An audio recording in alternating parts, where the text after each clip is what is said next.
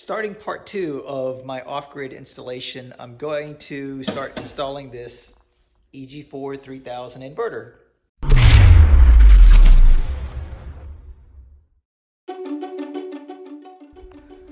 So I've got the EG4 3000 inverter that is going to, it's all in one. It's the battery charger, it's the solar MPPT controller, and it's the inverter to go to the load center. Now, I've got my panel here as well, and I was planning on installing the inverter on one side and the panel on the other side. But when I start transferring the load over from the panel in the garage to go off grid, I'd have to run wiring all the way over the ceiling over from this panel over here. And that just seems like a lot of effort. So later on, I'm going to be taking this panel and installing it over there next to there. So I only really have to run one wire over here to go to the inverter. And yeah, so first thing is going to be to get this thing installed and charging the batteries, and I'll show you that in a second. I'm not even going to cable it up permanently, just a temporary installation. What you're seeing here is a cement board, HardieBacker cement board. It's meant to be sort of a fireproofing for the inverter. That 3000 watt inverter is going to get really warm, and I've seen lots of videos where they really recommend having some sort of cement backing behind it to prevent the heat going through the board and to the wall. So getting this cut down to size first and mounting it onto the wall before I mount the EG4 is next.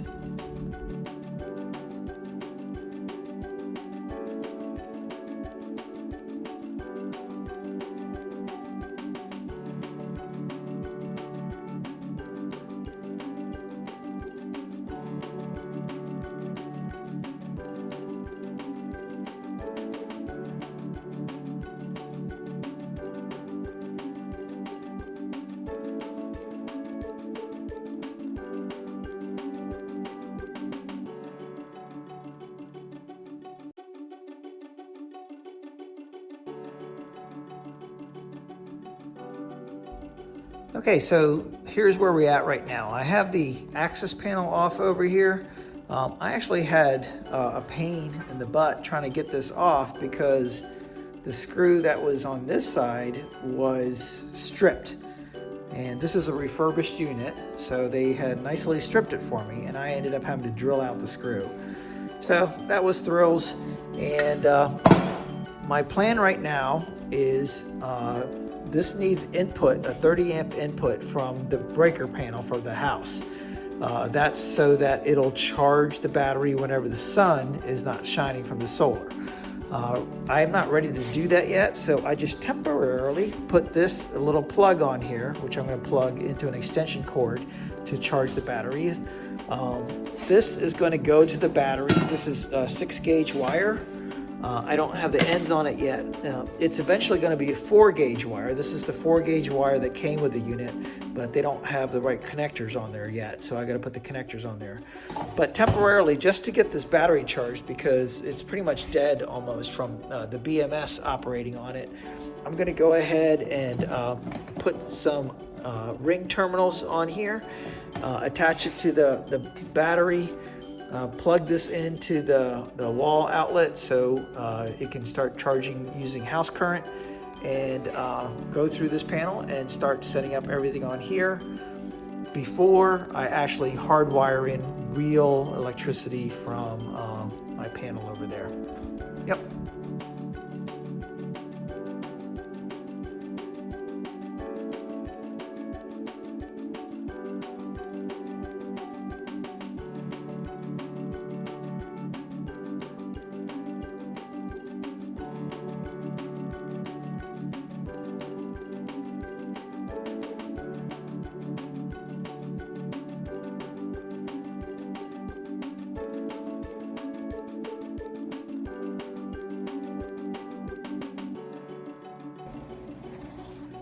Okay, so now I have the positive and negative attached to the battery. That's all valid here.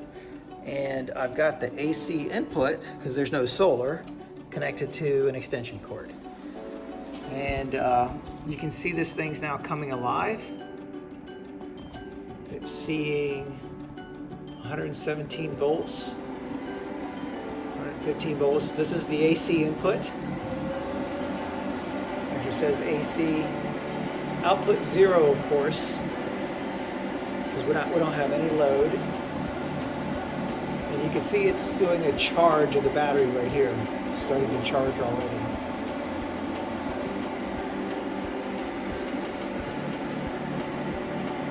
Inverter AC charging. Okay, so next I'm going to go ahead and start walking through the menus and setting this up how it needs to be able to charge the batteries there, and let this get a full charge before I start wiring everything up here. And you can see from the BMS that the battery is down to 21.7%, when it was probably closer to 50%, 40 some percent when it first started. And now it literally is just draining from the battery management system. Nothing else hooked to it. So I'm going to go ahead and get this thing charged fully up, and that'll help me get everything configured on the EG4 before I do a permanent mount of it. Okay, now I have my battery finally hooked up and charging. What you can see, the positive cable, this is just temporary, the 6-gauge cable. I am going to be using this to the power block. But right now it's just going straight into the inverter there. And then the negative cable actually goes down. And you can see the negative cable from the unit comes down to the BMS, and from the BMS out to the battery. So this is what's going to control the balancing of the battery charge as it is. And now if we go up to the unit here, you can see it's in charge mode and charging the battery. And little charge lights blinking. I don't have the inverter on. I don't need to have the inverter on when all you're doing is working with the battery. So this is good, and now I just have to monitor the charge. Okay, I'm back with my battery. It's hooked up temporarily with this 6-gauge wire or 6 AWG wire to the controller. Right now it's kind of acting like a trickle charger, but this is not the final configuration. I'm going to go ahead and get started. I'm going to disconnect what I currently have and start installing these items here. So this is actually 4-gauge wire, which can handle a lot more current than I'm going to replace the 6-gauge wire with. And it's going to come from there and go to these distribution blocks so that I can attach multiple batteries to it. The positive is actually before it goes to a distribution block from the inverter is actually going to go through a fuse block here, and the negative is going to go to a smart shunt, which is going to give me a better accurate reading of the total battery capacity. This is a 300 amp hour one, because I intend to have 3 100 amp hour batteries, and so that's what I have to go for. And then for the battery, the positive is going to go to a switch, 125 amp circuit breaker before it goes to the distribution box. So next step is to get this all mounted. I'm going to have to cut cables and put ends on them and get it all screwed back together. And that's my next steps.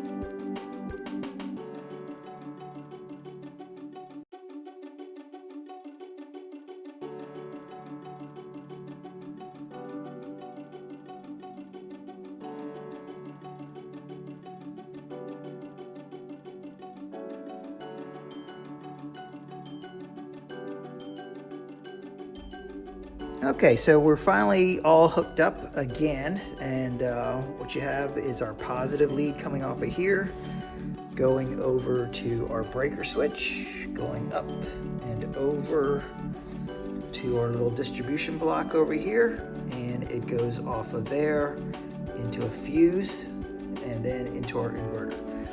And also off of the positive here, you can see this little red wire. This is the power for the shunt. So this is actually an intelligent device. And if we go back over here to the battery, on the negative side, it comes down here to this side of the battery management system right here. And then it goes off of the battery management system over to our negative distribution bar here. And off of there, it goes to this side of the shunt, smart shunt. And then from here, it goes up into the negative side of the inverter there. So this is see if I hooked everything up right. This is the breaker for the positive. I turn it on, it should start up.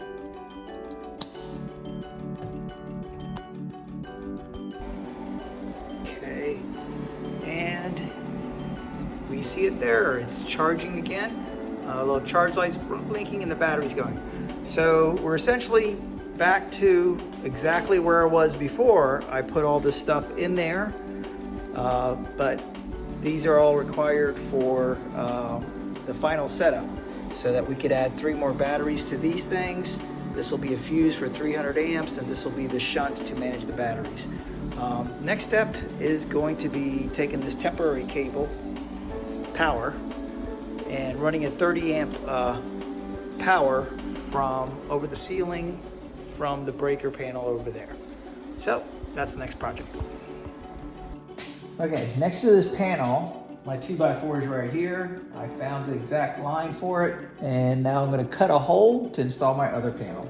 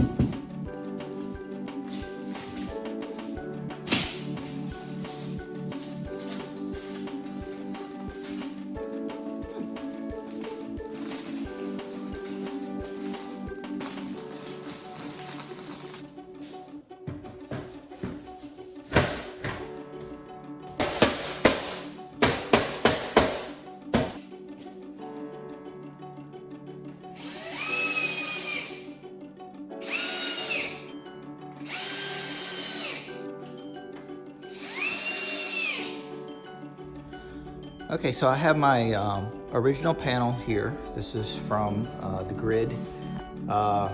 It's powering the garage.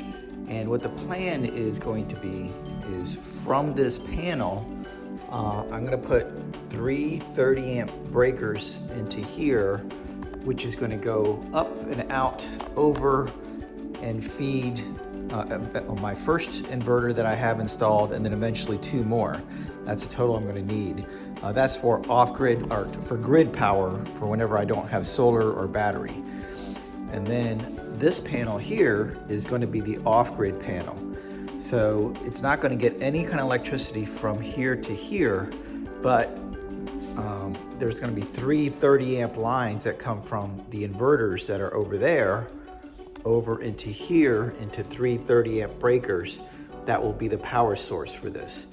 And technically it will be grid connected, so I'm not going to screw in this ground bonding screw. This bonding screw is meant if you are the primary source, but since it's eventually going to get, at times it'll have grid power going from there to the inverter, and when the battery and solar is not active, it's going to send grid power into here. This is going to be acting as a sub panel at that time, so this bonding screw should not be screwed in. If I was off-grid only, I would screw this bonding screw in, which would make the neutral and the ground the same. So then what's going to happen here, I've got a 1-inch hole here pre-knocked out. I'm going to run wires from here. Technically it's going to be, the 3 wires for power from there to here, and also a couple of wires from here over that way to install an outlet. What's eventually going to happen is all the 110 circuits in here are going to be moved up and over into this panel to be off grid. And so there, I'll still have my 240 AC in here as on grid, 3 30 amp breakers as backup grid power for the inverters, and then all the 110 volts is going to be here, and then eventually I'm going to move all the 110 from the house into this panel as well. So that's it right there, on grid, off grid. What I have on the workbench here is it's a raceway. It's for being able to run conduit in and out of it, and so you can transition. You can run a bunch of wires into here. Let's say they all came in off of a 1/2 inch meeting into here, and then you can have a 1 inch coming out of here with the required wires going into a panel box, etc. So this is going to happen. When I open this up, you can see it's just a metal box meant to safely hold electrical wires. What's going to happen is I'm going to cut out the back of this, cut a good size hole out of the back of this, mount this on the wall over the panels there, and this is how I'm going to bring the wiring out from inside the wall of the panels into this box, and then I'll be able to run conduit out from the top of this out over to the panel along the wall instead of having to try to feed it through the wall. This is the garage, so I want everything accessible, and I don't want to tear up all the drywall just to run wires. So let's do this.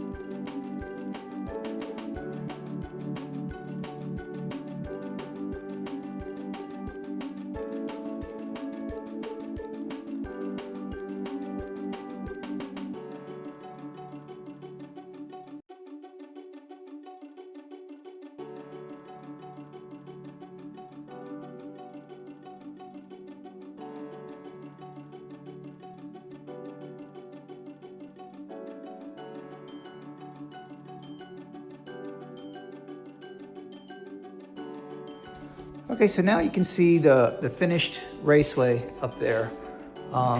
It's dead center, right over between the middle of these two panels. And you can see it's all closed up. You got the front lid and the sides on there. And on the top, I've already got the two conduit connections I'm going to put in there. Because what I wanted to do was knock these out ahead of time, not when I do it there. So just to take a look inside,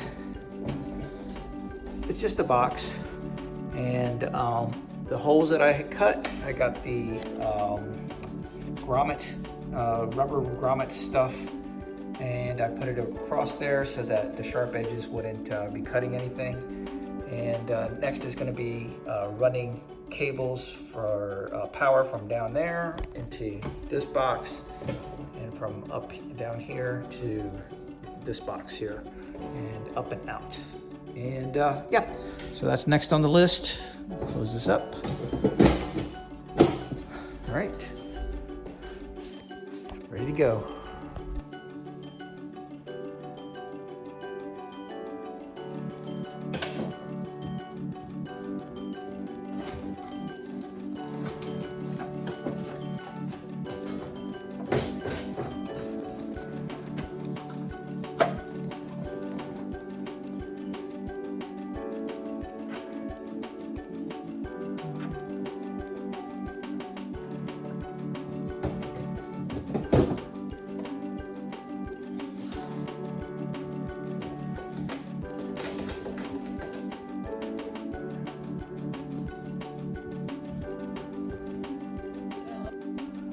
Okay, so you can see our panel here, the off-grid panel on the right here. I went through and I installed the flexible conduit on this side, and it's actually peeking out over this right here.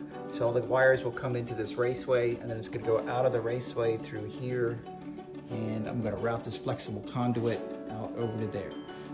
I can use flexible conduit. It's a little easier to work with than the regular conduit, but I just have to make sure it's supported every 3 feet, and I'll do that now.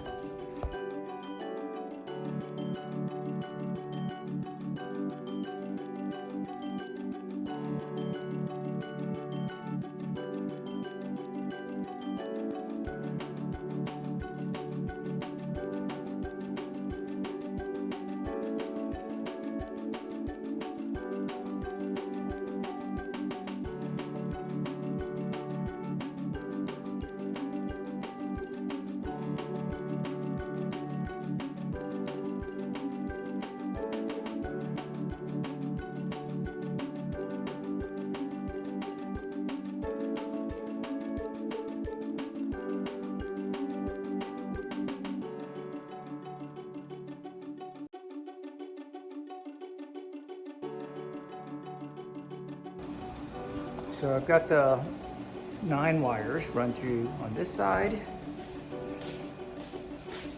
and pull through to this side. So next, I've got 3 sets, so I'm going to get it run into this panel here and into a breaker so that I can power the first inverter.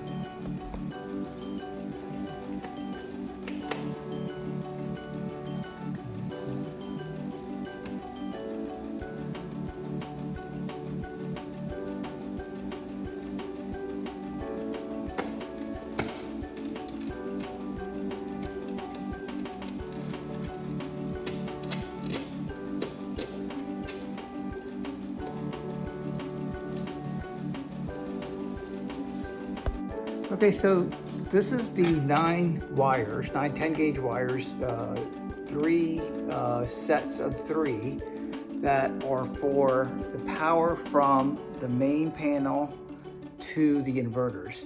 I've only got 1 inverter now, so I've only ran 1 actually into the power panel into a 30 amp breaker, so it's active. Pulling those 9 wires, 10-gauge wires through that conduit was not easy. So the whole reason, I thought I could do it, so that's why I had done it while it was mounted. The whole reason I got the flexible conduit instead of fixed conduit is that I'm going to do what I'm going to do next, because this next conduit, this 1-inch conduit, is going to have 3 sets of 9 gauge wires, or 10 gauge wires, which is 9 10 gauge wires, and then 2 sets of 14 gauge wires, because I got to bring outlets back over here. So it's going to be a total of 15 wires through that thing. And even though that's 3/4 inch and that's an inch, it's not going to be easy. So I'm going to go ahead and yank now my flexible conduit. Now that I have cut to size and outlined where it's got to go, I'm going to bring it down and run my wires through there.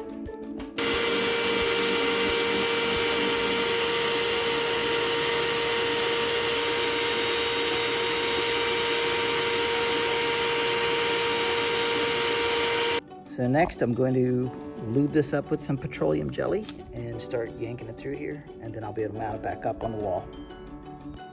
And this is how full it looks with all the wires pulled through. So this end is going to go to the panel. So I'm just going to go ahead and mount it up there, shove it through to the panel, and then reroute it all the way over there again. And now you can see I've got the conduit back up all the way over there. Over here you can see it's going through the conduit that I had installed there before, coming out here and giving me some feedback here. So what I have in the panel here, this is going to be for the load. The one inverter that we have is going to supply power to this 30 amp breaker, and then I'm going to install 2 outlets. That's why I have the 2 14 gauge wires, sets of 14 gauge wires in there as well. So these are 2 15 amp breakers.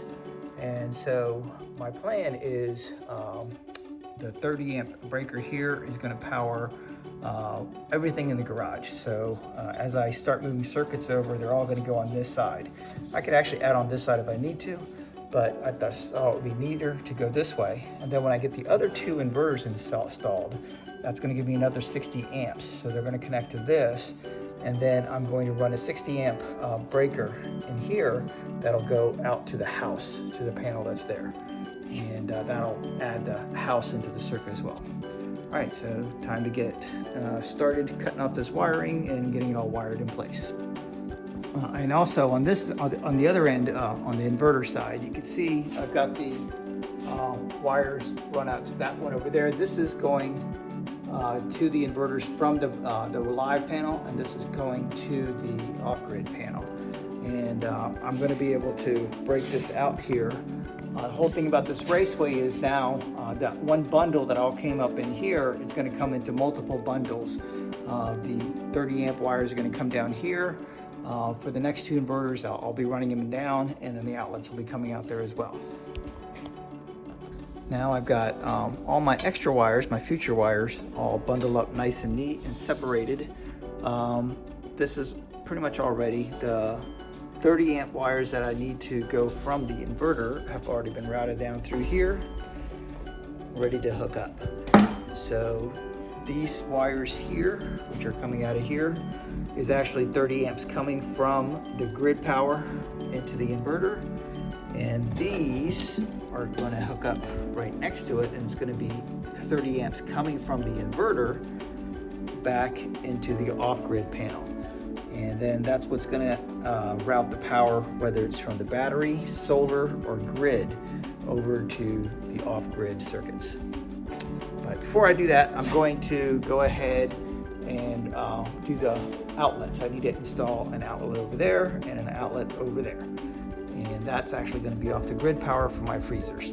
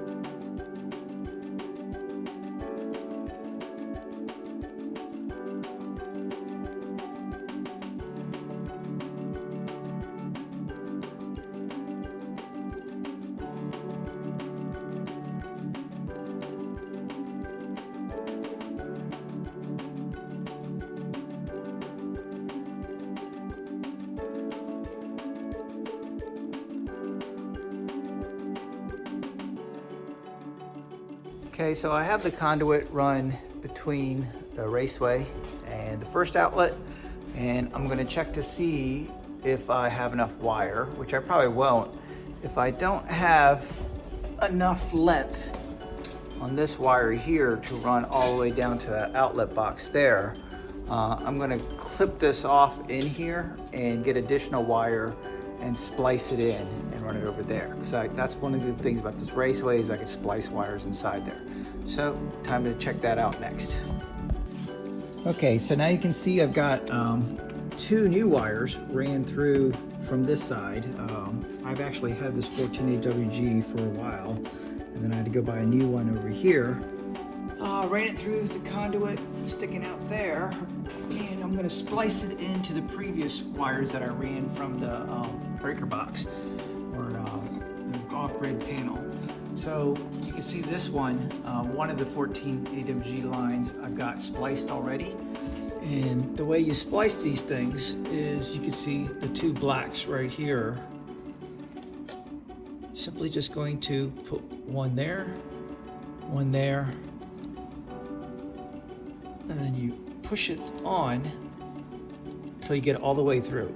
I can't do this with one hand, but it's essentially I'm going to shove it in there till through this glass part you can see both ends sitting in there, and that's just a push in there and it's going to stay.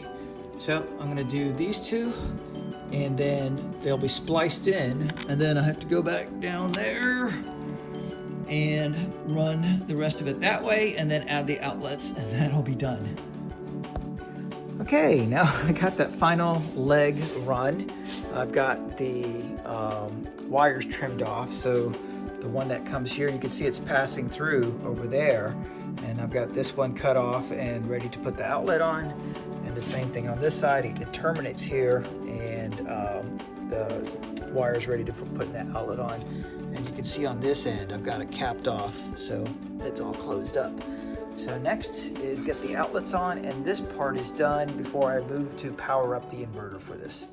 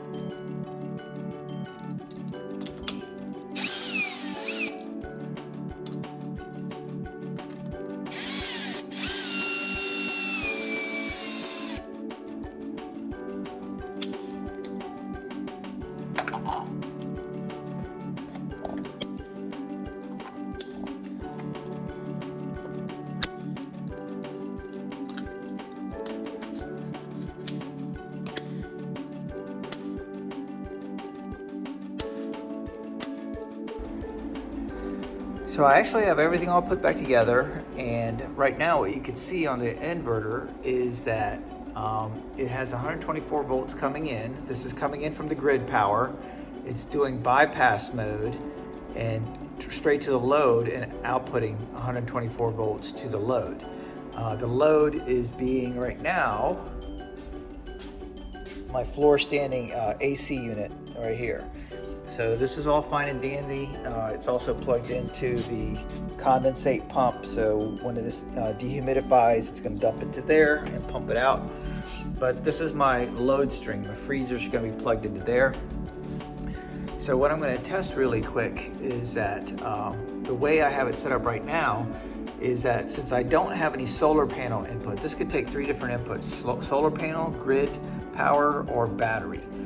Since I don't have solar panels yet, I have it set up so by default it's always going to use grid power, and then in case grid power disappears, it's going to fail back to battery. So I'm going to go over to the grid panel here and remove the 30 amps going to the inverter.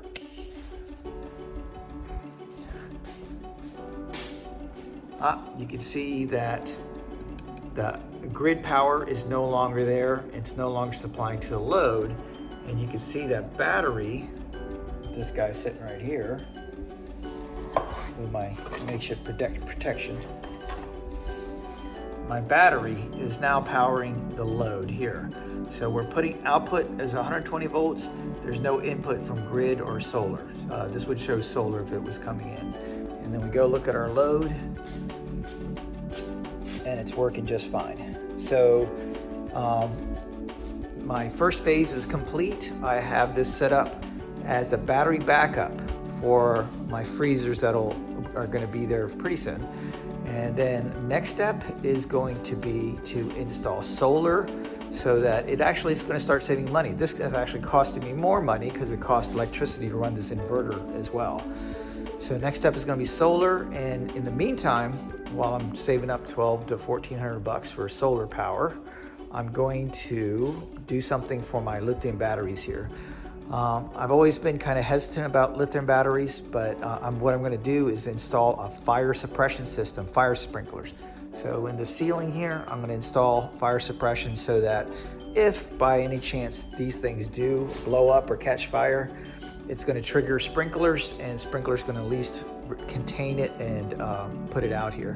What's good about is the garage here actually gets water from the house. So if something goes wrong in the garage and catches on fire, water is still pumping and available in here. So fire suppression, water is going to be just fine. For the solar, which is also going to be next, I'll show you what's happening outside. And before we go outside, I wanted to show you my off-grid panel really quick. So these two sets of wires are going to be for the two future inverters. This is the current inverter power coming in to the 30 amp breaker here. And these two 15 amp breakers are routing the power from this 30 amp breaker out back over to those outlets over there. And these two breakers are for the future. But so that's how I have it set up. I can actually start closing this up. This is a mess for the future inverters too, but I gotta clean that up somehow and close these panels up. So here's my current solar system. It's actually a grid-tied system that I got professionally installed. Solar Edge inverter, and this actually takes care of powering the house, and anything extra feeds back into the grid, and we get reimbursed for a little bit of that. And you can see from the backyard here, up there, are all my solar panels on the back of the house. Our house is perfect. It faces the south, so all the sun coming from sunrise is on that side, and then comes up over and sets on that side. So we get very good sun. I think, I don't know how many total watts, so 5,000 kilowatt hours, or guess whatever, per month that we're using and sending back to the electric company. But so I've already got solar panels for the grid tied solar inverter that I'm not going to mess with. It's professionally done, 22 200 watt solar panels, I think. So what I'm going to be doing is we have our sunroom over here, which doesn't have any solar panels on its roof, and I'm going to be getting 10 400 watt solar panels and try to mount them on the roof up there, which is going to be fun. I'm going to have to run the cable through the attic and come down into the down here, and then go in the ground over to the garage. So it's going to be more digging, laying of conduit, etc., to get the power over there. But that's coming up next, and that'll eventually start saving me money. So this is right now just essentially a battery backup system. Next will be hopefully getting solar panels in and start being real off-grid. Good girl. Good girl.